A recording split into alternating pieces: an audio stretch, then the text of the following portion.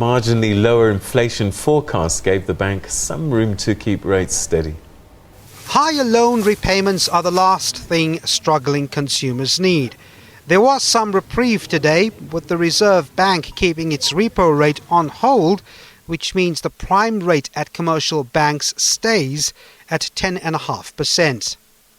Whilst the committee remains concerned about the overall inflation trajectory, the assessment of the balance of risks to the inflation outlook and the weak domestic economy has provided some room to delay further tightening of monetary policy stance for now.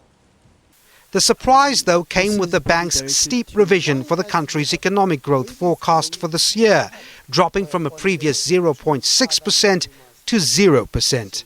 And with a muddling along scenario, especially even if you incorporate your 2017 and 2018 forecast of the bank today, a 1.1 and a 1.5, you're looking at basically 3 years of below trend growth, which will be 3 years of very limited potential for job creation, if anything, perhaps more job losses on the table.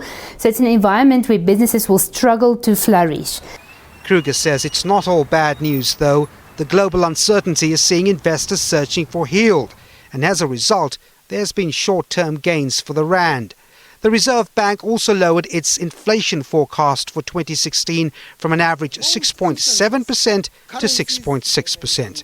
It lowered next year's forecast from 6.2% to 6%. With economic growth seen to be coming in at 0% this year, the Reserve Bank governor was pushed on whether or not we are out of an interest rate hike cycle. He said the bank had simply paused in the hike cycle, which means we could see another interest rate hike later this year. Devin Murrigan, SABC News, Johannesburg.